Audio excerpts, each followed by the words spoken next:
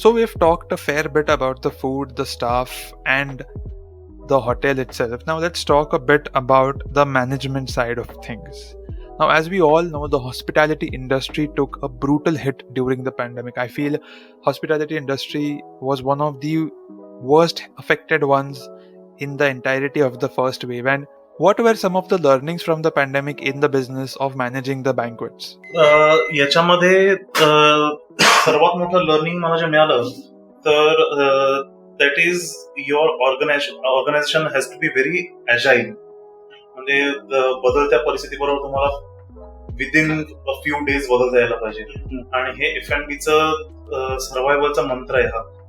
आणि हे म्हणजे गेल्या 1.5-2 वर्षामध्ये जे काय काय झालं आणि लोकांना म्हणजे कोरोना पॅन्डेमिकमुळे नोकरी जाऊन लोकांना ज्याच्यातनं परिस्थितीनं जावं लागलं हे मी खूप जवळनं बघितलं. आणि तेव्हा आमचे पण जे काय आमचे हात पण बांधलेले होते की आम्ही काय सगळ्या एम्प्लॉईजना फुल पगार देऊन हे करणं शक्य नव्हतं. त्यामुळे त्याच्यातनं एक लर्निंग असं घेतलं की तुम्हाला तुमचं ऑर्गनायझेशन किती मोठं झालं तरी ते अजाईल असणं गरजेचं आहे. आणि you need to have certain processes in place. त्या प्रोसेसेस या तुम्हाला अशा टाइमलाच फक्त त्याचं महत्व कळतं. पण ते सगळं जर का तुम्ही प्लेसमध्ये ठरवलं असेल आणि you know where your business stands तर तुम्हाला पुढचं पाऊल हे कुठल्या जागी टाकायचंय हे तुमच्या हातात असतं. So having a disaster management plan, a recovery plan, a contingency plan, a backup plan, whatever you want to call it, it's as important to have. It's as important to invest time in developing that as important as it is running a business. आणि तुमच्या बिझनेसचा backend हा शक्य तेवढा simple पाहिजे. तुमचे account book असतील किंवा तुमचे प्रोसेस असतील, तुमच्या ऑपरेशन्सच्या प्रोसेस असतील किंवा तुमच्या अख्खं इन्कम टॅक्सचं ऑडिट असेल, काही असेल. The challenge is to do anything very very simply. आणि आम्ही त्याच्यात doing something very simply is very difficult. So आम्ही त्याचा प्रयत्न करतो. आणि त्याचा ते एक मोठं लर्निंग होतं की सिम्पली जर का तुमच्या समोर crystal clear white, black and white मध्ये सगळं असेल तर तुम्हाला पुढचं पाऊल उचलायला खूप मदत होते. आणि आम्ही तेव्हा हा पण विचार केला की पॅन्डेमिक जर का असं आलं कधी फ्युचरमध्ये तर त्याच्यापासून सेफगार्ड कसं करायचं स्वतःला. तर आम्ही निर्णय घेतला की दरवेळेला स्टेप बाय स्टेप जायचं पुढे. सो म्हणजे कसं आहे की काही लोक ऑल आउट खेळतात, तर that is a very dangerous strategy. त्यामुळे बिझनेसेसमध्ये तर ते सर्वात जास्त चुका तिकडे होतात. So step by step sustainably जर का तुम्ही तुमचा बिझनेस ग्रो करत गेलात तर chances of survival in this situation खूप जास्त होत होतो. सो तो सुद्धा एक आम्ही मोठा धडा घेतला त्याच्यातनं. So we can apply the ideology of Cheteshwar Pujara's approach into your business as well by taking situations day by day, bit by bit, target by target, whatever metric you want to set for yourself. आणि म्हणजे पुजाराकडे वगैरे असं या एनॉलॉजीकडे जर का बघाल तर पुजाराने त्याच्या डिफेन्सवर किती काम केलंय, नेट प्रॅक्टिस किती केलेली असेल. तर प्रत्येक बिझनेसमॅनने पण नेट प्रॅक्टिस केलेलीच पाहिजे. मला एक छोटा प्रश्न होता about whatever learnings that you took from whatever happened in the pandemic. How did you keep yourself calm and collected throughout the entirety of the first wave, given that the future of banquet business was not so clear and it was actually looking very bleak for you at the time? ते surely खूप अवघड होतं हे की स्वतःला समजावणं की ह्याच्यातनं बाहेर येणार आहे सगळं आणि एक दिवस सगळं ठीक होणार आहे. पण हळूहळू तिला सवय करायला लागली ती. आणि लकीली कसं झालं की जेव्हा फर्स्ट हे झालं, फर्स्ट वेव्ह जेव्हा आली, लॉकडाऊन चालू होतं, तेव्हाच आम्ही व्हरांडाच्या फूड ट्रायल सुरू केल्या होत्या. सो आम्हाला केटरिंगचा अनुभव होता, पण इथं रेस्टॉरंटचा अनुभव, रेस्टॉरंटमध्ये जास्त प्रीमियम खाणं सर्व करायला लागतं. तर त्याच्या ट्रायल्स आमच्या चालू होत्या, त्यामुळे त्याच्यासह भरपूर वेळ गेला आणि मेंटली ऑक्युपाईड ठेवलं आम्हाला त्या ट्रायल्सनी. सो त्याच्यावर खूप जास्त काम केलं, म्हणजे not just on food trials, बाकीच्या सर्व विषयांवर भरपूर आम्ही ब्रेनस्टॉर्मिंग केलं एकत्र आणि ऑक्युपाईड ठेवलं मनाला. Not letting your enthusiasm die is the solution. That's what I feel. म्हणजे अशा सिच्युएशन मध्ये पण पुढच्या तुमची जी पुढची पायरी आहे त्या पायरीबद्दल विचार करून त्यासाठी प्रिपेअर करणं हे तुमच्या हातात आहे. आणि ती सिच्युएशन बदलणं हे वेळच करू शकतो. आणि त्या पायरीसाठी तुम्ही त्यावेळेला जर का सिच्युएशन बदल तेव्हा प्रिपेअर्ड असाल तर तुम्ही जे काय आतापर्यंत नुकसान करून घेतलेलं आहे ते सगळं भरून निघायला काहीच वेळ लागणार नाही. सो वरांडाचा स्टडी, बॅकएंडचा स्टडी घेणं, ऍक्च्युअल साईटवरचं काम करून घेणं हे दॅट केम इन हँडी म्हणजे अशा टाइम मध्ये. आणि तेव्हा त्याच्यामुळे हे सगळं time became a little easier. म्हणजे चेसबोर्ड रिअरेंज केल्यासारखं म्हणतो मी त्याला. त्यावेळेला स्ट्रॅटेजीज बदलली पूर्ण बिझनेसची की आता इकडे जास्त लक्ष द्यायचंय पुढचे 2 वर्ष.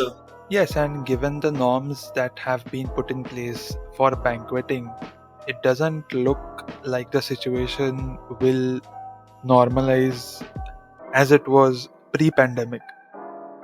However, I think the point which you said about not letting your enthusiasm die, that is a very important takeaway for any of us from this episode actually. Now, talking about Veranda, like we mentioned that it had begun in the... Now coming back to Veranda and talking about how it started in January 2021, which was the post-pandemic, which was the first wave portion of the pandemic. However, we all know that we were hit soon by the second wave, and accordingly things went back a few steps as it looked like things were trying to go forward. How did you inculcate the learnings from the first wave into the opening and operating of the cafe through the first few months? What were your key takeaways from the second wave? मी असं म्हणेन की second wave work in our favour. आम्ही 21 जानेवारी 2021 वरांडा चालू केलं आणि 2 महिने चालवलं आणि आय थिंक 2 एप्रिलला आम्ही परत बंद केलं कारण की लॉकडाऊन झाला. सो अजून त्याच्यानंतर 2 महिने मग बंद राहिलं. तर त्याच्यात काय झालं की पहिल्या ज्या 2 महिन्यामध्ये चुका झालेल्या त्या सगळ्या तिकडनं खोडून काढायला आम्हाला वेळ मिळाला की परत जेव्हा सुरू होईल तेव्हा ह्या चुका परत आपल्याला करायच्या नाहीयेत हे आम्ही मनाशी ठरवलं आणि त्याप्रमाणे सगळ्या सोयी लावून घेतल्या. तिथे स्टाफला पण एक किंमत कळाली की ह्या जॉबची किंमत काय आहे ते पण कळालं. त्यामुळे ते पण लॉकडाऊन मधनं परत आल्यावर अजून सिरियसली काम करायला लागले. आणि तिसरी गोष्ट म्हणजे पहिले कसं व्हायचं की एस्पेशली शनिवार रविवारला गर्दी बघून आमचे लोक खूप पॅनिक व्हायचे की अरे किती गर्दी आहे, कसं सर्व करणार या लोकांना. सगळे असे उरावर बसल्यासारखे यायचे एकामागून एक केवटी येतातच. तर तेव्हा काय वाटायचं की आता गर्दी बास व्हावी, आता नको यायला अजून कोणी. पण आता कसं झालंय की जेवढी जास्त लोक येतील येऊ देत, कारण की लोकांना माहितीये की त्याची किंमत माहितीये, त्या गर्दीची किंमत माहितीये की समजा ही नसेल तर काय होतं, मेंटल स्टेट काय होते हे लोकांना माहिती आहे. त्यामुळे मी असं म्हणेन की सेकंड वेव्ह जी होती, सेकंड लॉकडाऊन जो होता, it was a strategic time out for us. So त्याच्यानंतर गेम अजून इम्प्रूव्ह झाला आमचा. We sat down, we discussed आणि त्याच्यानंतर आम्ही परत थोडे बदल केले आणि त्याच्यानंतर आता जे काय आहे ते आहे. सो हे जेव्हा पहिली वेव्ह चालू होती तेव्हाच ऍक्च्युअली म्हणजे लॉकडाऊनचं जसं जसं थोडं निर्बंध कमी झाले तसं जसं काम हे तेव्हा चालू केलं साईटवरचं. आणि जेव्हा बिझनेस मध्ये इन्फ्लो काहीच नव्हता तेव्हा we were putting in money. म्हणजे हातात काहीच नाही पण खर्च चालू आहे आणि हायवेच्या दुपटीने चालू आहे असं सिच्युएशन तेव्हा होती. So it was at that point of time it was very difficult to really believe in yourself, but I'm so glad that we did it. आणि त्याच्यानंतर मग पहिल्या लॉकडाऊन जसं जसं एक एक गोष्टी चालू व्हायला लागलं तसं जसं ते 2 महिन्याचं पहिलं जे टाइम होता त्याच्यातनं आम्हाला फक्त आणि फक्त सगळ्या चुका ऍम्प्लिफाय झाल्या. म्हणजे आमच्या डोळ्यांना फक्त चुकाच दिसत होत्या. तर त्यामुळे आपण काय चांगलं करतोय हे कळायला मला जरा वेळ लागला थोडा.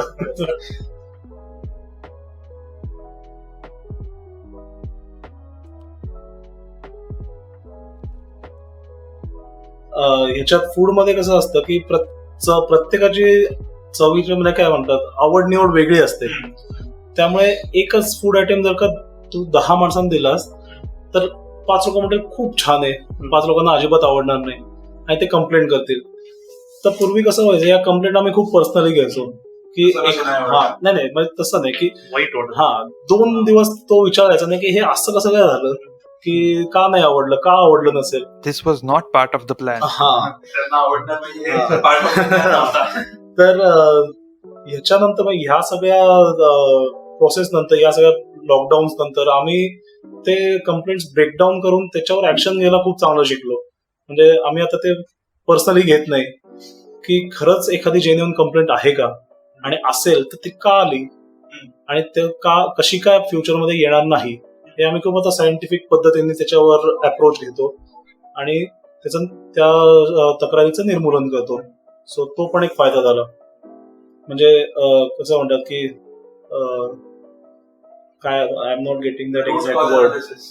ते झालं, पण मेंटल तुमचे एक स्टेट डेव्हलप झाली की थोडं काम झालं माइंड.